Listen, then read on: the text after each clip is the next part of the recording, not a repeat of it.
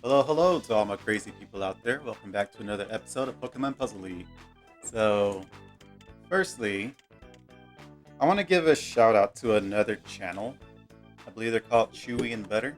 I'll actually leave a link to their channel as in pop-up icon somewhere on this video. I think it shows up in the top right, so just look for that. But there's some other people here on YouTube that are starting to upload Pokemon Puzzle League videos. I would like to honestly believe that I pioneered that little trend, but I'm pretty sure I didn't. I just want to believe it because it makes me feel better, so let me have that. I think I was one of the first to at least started, so I have that going for me. Recently, anyway, like obviously not the first on YouTube, but all the other videos were like years and years in the past.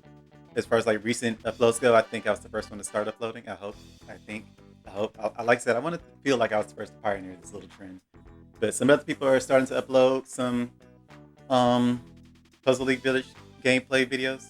But the reason I want to give a shout out to Chewy and Butter is I hope I get their names right. I would hate to give them a shout out and they got the names wrong. So sorry if I did.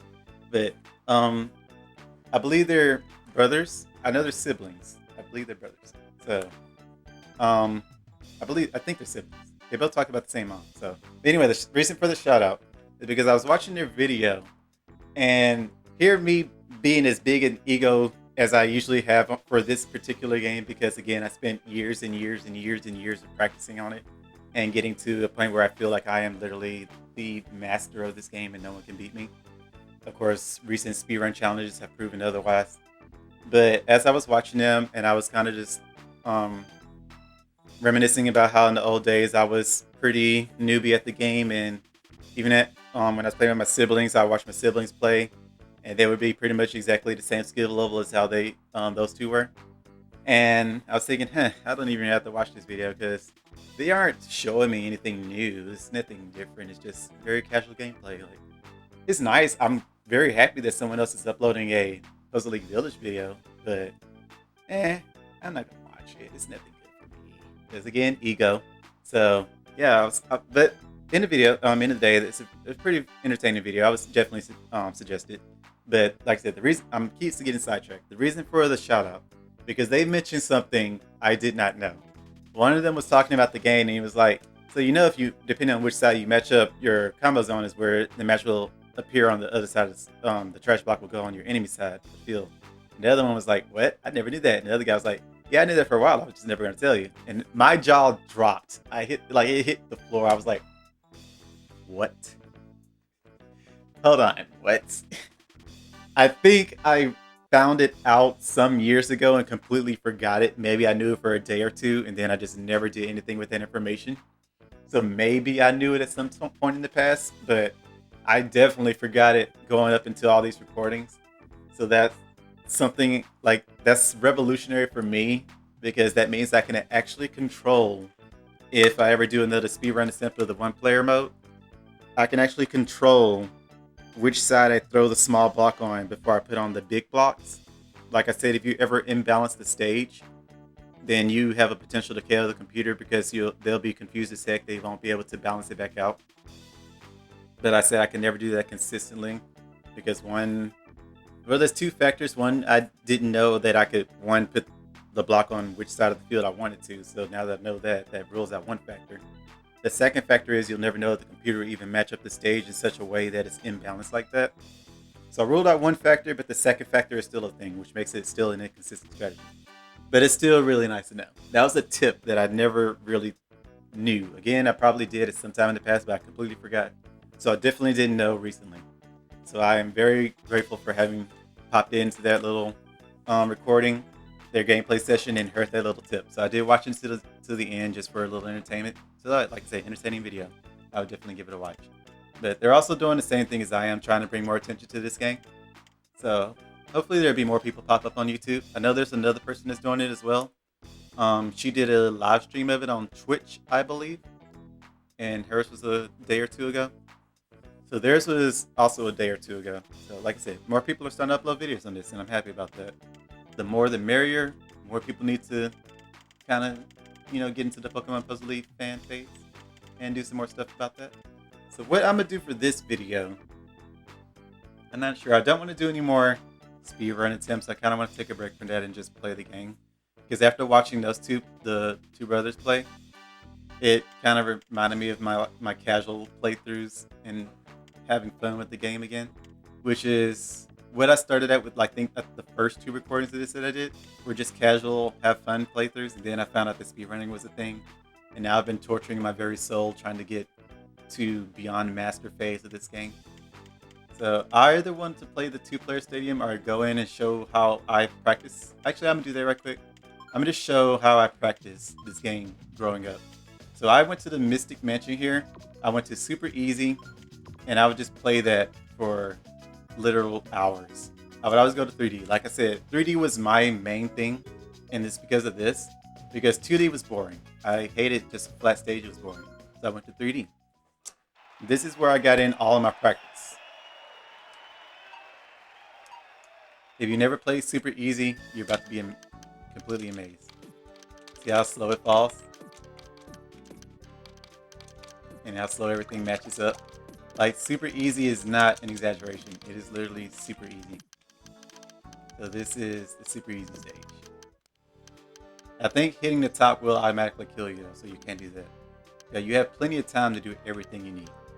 So what I would do is just go in and match. And I would do that for literal hours. What I would do is try to match ahead. So it helped to train me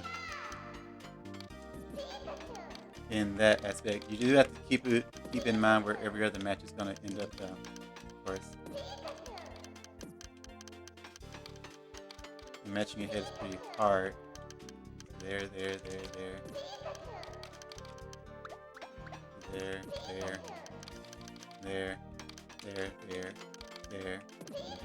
On there. Yeah, that's right.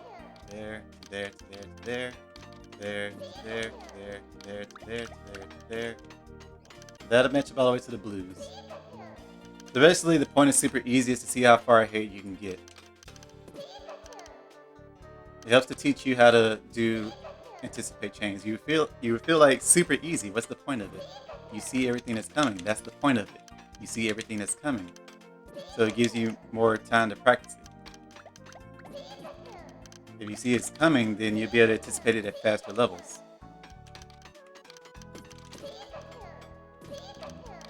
And it does, contradictory to what you might feel, it does eventually improve your speed. Or it did for me. Maybe everyone's different. Yeah, for me, it definitely helped improve my speed.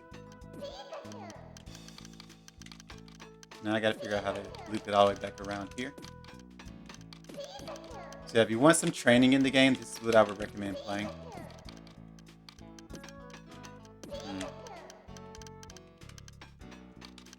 Oh, let's go. See, that's not even my best score. But this will definitely teach you how to match up the entire stage. So like for the marathon speedrun challenge, this would be great practice. At least for starting off. Just to get you to learn how to play the game.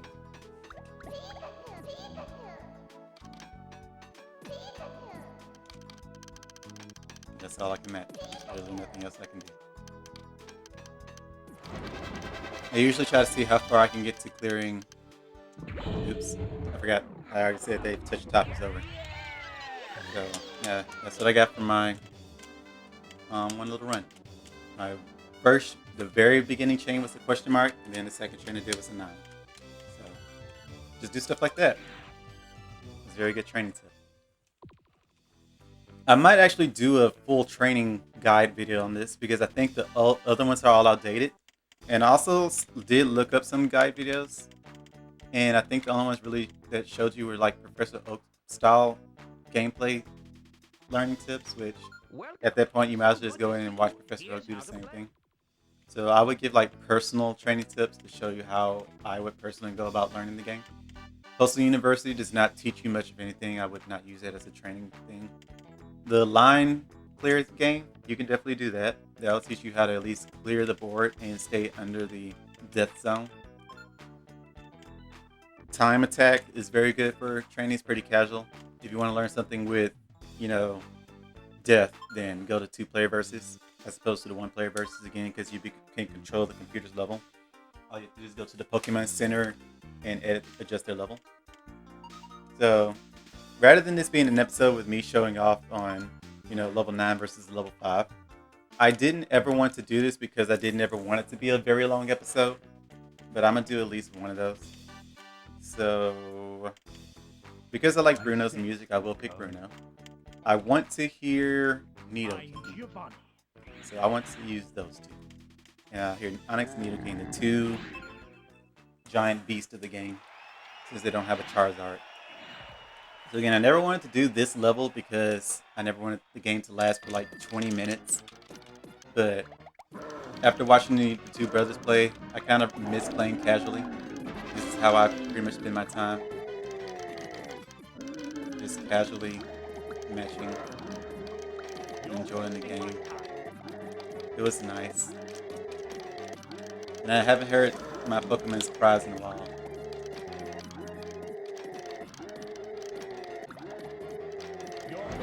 I'm not too careless. I know when to stop matching.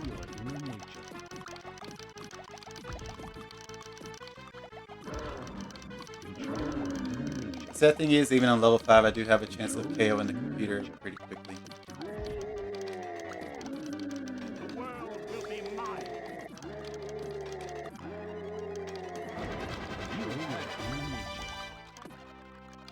But typically our matches last for like 10 minutes apiece. That's our average time, I would say. But I love it because I get to hear all the Pokemon cries. Which is the point of me playing it in the first place. That's the whole point of me even still playing this game. Like, most people lose reasoning for playing it after a while, but I continue playing it because I like the Pokemon cries. Which is why I kept playing it throughout the years, and why I feel like I'm so good at it. I never lost motivation to play it. Yeah, there's not a lot in forms of like actual gameplay for, like, I say replayability in a sense like a story mode or anything like that. But as long as you kind of self-motivate yourself, there's always something new here.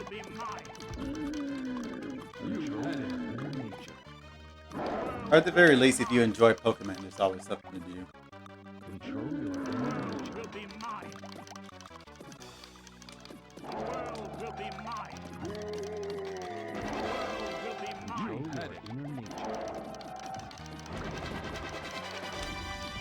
And Nidoking was one of my favorites for the roaring. Onix is not in the same ballpark, but I do like him too. If I had to rank, I think I did a ranking before, but I also think I messed it up a little bit. I know I said Charmander would probably be my number 1, and I think he still is.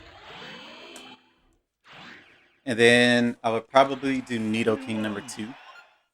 And then number 3 would probably be Dewgong. Because growing up, Dewgong was actually my favorite. And then I realized I like Nidoking. And then I also remembered that Charmander was a thing. Because I never really liked to play Richie, so I never really used Charmander.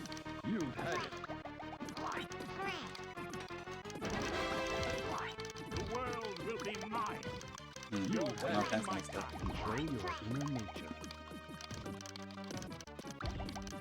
Oh dear. I just lost in 18 seconds. That actually confused me. I should have kept matching instead of trying to break up the blocks. Oh well. Also, I didn't know I picked Sandslash, but yeah. I guess we'll go back to Onix then. I was trying to pick someone else so you wouldn't hear Onix roaring for the entire 3 matches. But I guess it wasn't meant to be. I also had intended on changing the battle thing from 3 to maybe 2, so it wouldn't take literal hours for me to go through one gameplay video here. You've had it. But, oh well. The world will be mine. You're wasting my time. He's being Your world will be mine.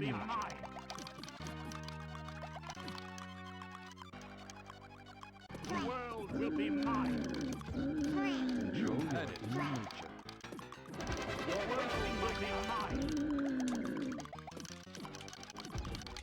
Control The your world inner will be nature. mine. It's actually more intense than I anticipated it on it being.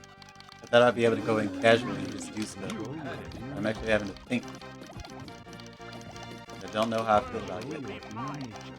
You've had it. You're wasting my time. Control your inner nature. The world will be mine.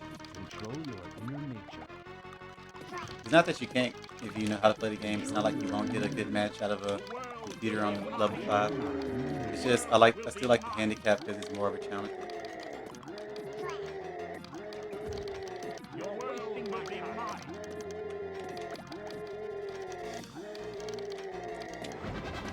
You've had it. Also, I had assumed it would make me better at the game. I don't know how much of that is true. Control your inner nature. It might be just as effective to keep playing at level 5 as it is in me playing at level 9 versus a level 5.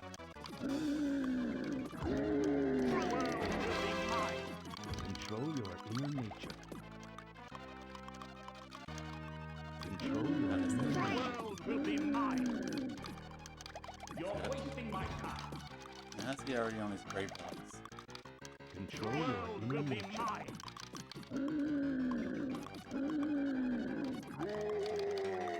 The world will be mine. You've had it. The world will be mine. You've had it. You've had it. The world will be mine. Oh yeah, also I typically stop playing this because I get to a point where I have so many blocks on the computer, it doesn't let me put any more blocks on them. Which at that point it gets pretty boring. Mine. There's another reason I stopped playing The level 5. world will be I forgot mine. about that. You've had it. The world will be mine. Control your inner nature. I guess he thinks he doesn't have blocks on him. Little does he The know. world will be mine. Control your inner nature. Your wasting might be mine. The world will be Control mine. your inner nature. The world will be mine. You've Actually, that had point it. is not good. Control your inner nature. The world will I've be noted the mine. computer was going there. He kind of matched around a Control your match that was right in front of his Will be face. mine. I guess that's how the AI The thinks. world will be mine. If they already see a move, they're going to do everything they can to go towards it. The world will be mine. Control your inner Which I also did look that up to see if anybody ever dissected this game to figure out how the AI works. Control No one has. Will be mine. I'm kind of sad about that. If I knew how to do it, I would do it, but I don't. inner nature. And even then, I'm not computer savvy enough to understand coding. So Control your inner nature. Control your inner nature. The world will be mine. Control your inner nature. like I wouldn't know what I'm looking at even if I were able to do a thing. Control your inner nature. The world will be mine. I guess I know a little bit. I know basic coding, so I would be able to understand The some of world it. will be mine. If the coding is simple, if it's just like, if condition is here, then do this, or if condition is there, then do that. Like I know that kind of coding. But Control your inner nature. gaming coding is pretty complex. It's more than just if this, then do that. It's not like just computer coding, just basic stuff. It's way more complex. So this is gonna be a short video. It's just something fun to watch, as opposed to me, like I said, grinding away, trying to figure out how to do a speedrun challenge. But don't worry, I'll be getting back to that one next video. So if you enjoy me raging, then yeah, I look forward to that. You've had it. I would hope that people prefer to watch me more than just for my rage. You're calculations, wasting so. my time.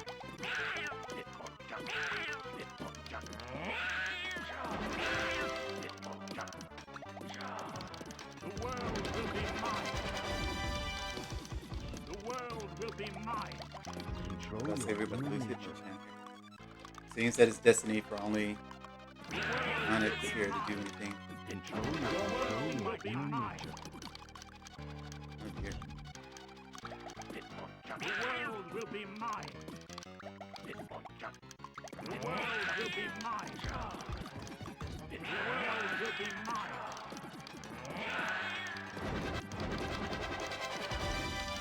You're wasting my time. Control your inner nature. I am making so many mistakes. The world will be mine. Control your inner The nature. fact that I actually have The to paint world will be mine. is most concerning. Control your inner Should be nature. able to brain dead this. Control your inner nature. Control Maybe all the speed running is kind of rested up my 2v2 battling skills, and game is over. Control your inner nature. Kind of bad. The computer proved me wrong about our usual 10-minute time wins. Oh well. We won. I think the longest I've ever battled against a computer was like maybe 12 minutes. At that point, the field was probably at its close to 99 speed. So, yeah, but it didn't matter. At that point, you would think it would get insane, but if you're battling someone that knows what they're doing, i.e. a computer, then you're going to constantly have blocks on you anyway. So there's almost never a point in the game when you aren't matching up trash blocks or garbage blocks to raise the field anyway. So, yeah, that rarely comes to effect. Only reason I saw it because I do always match up all the computer blocks. They don't put as many blocks on me as I do them. So I always at the point where it won't allow me to use any blocks on them. I can match, it just doesn't put anything on them because it's already too many cubes. But they'll still put blocks on me and I'm matching them up. And then when my field is raising up, I'll see the current speed level of the game. So that's how I know at that point it's like, ooh, that's insane. It's just all the way at the top already in a second. Like, Jesus. So yeah, that was all for this episode. I just wanted to talk about it. Kind of bring attention to other people that are currently doing some Puzzle League videos. So definitely go and give those a watch. Kind of skim around YouTube. So we need all these to get attention. We need to bring back some Pokemon Puzzle Village love. Or Pokemon Puzzle League. I always look at the Puzzle Village and think Pokemon Puzzle Village. So yeah, like I said, give everybody a watch. Go and just kind of stop by the channels. Give them a like. All that good stuff.